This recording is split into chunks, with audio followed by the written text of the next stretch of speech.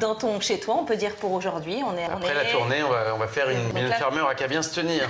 Le film de ta vie, à Paris, 1973, jusque-là. Très très fan d'Alain Véronique Sanson. Les amis qui sont venus. Même beaucoup de variétés françaises. Easy, NWA, Public Enemy, il y avait... J'avais pas le droit de faire du bon d'accord, ça me faisait passer. J'avais un gros casque, tu sais, à l'époque, j'écoutais du disco et comme j'étais pas mauvais à roller, du coup, ça trace à...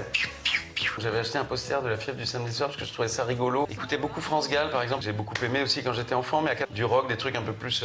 C'était dans l'autre sens. C'est ma mère qui était privée. Ouais, c'était elle là. Je me rappelle, j'avais 17 ans et demi, c'était à Noël chez un copain à la campagne. Et même Jeux interdits, je crois. J'ai dit putain, c'est super. Et dans la loge de... Oh là là, Bien sûr. On arrive à cette année qui est très particulière pour toi, 2006. Je me suis dit, je vais pas faire du blues, je vais faire du Django pour être différent. J'imagine. Mon père, il a un charisme, c'est une légende, quoi. Et surtout, je lui disais, laisse-toi faire, quoi, te prends pas la tête, fais-moi confiance. Et ce qui était compliqué, c'était les transports, quoi, la tournée, tout ça. Parce que sur scène, il était génial. Ce qui est curieux, c'est que j'ai eu les deux seuls parents qui étaient pas fous de Souchon. Mais voilà, mon père, pour lui, c'est un défi, quoi. Fallait vraiment... Les morceaux sont super, le spectacle est d'enfer, tu l'as vu. Et moi aussi, mais peut-être moins quand même. J'avais quand même un plus de plaisir immédiat, je pense. Nous sommes toujours dans la loge de... J'ai eu du succès avec mon disque, j'ai acheté toutes les guitares qui me faisaient rêver. Qu'est-ce que tu fais d'autre de tes journées quand c'est pas la musique?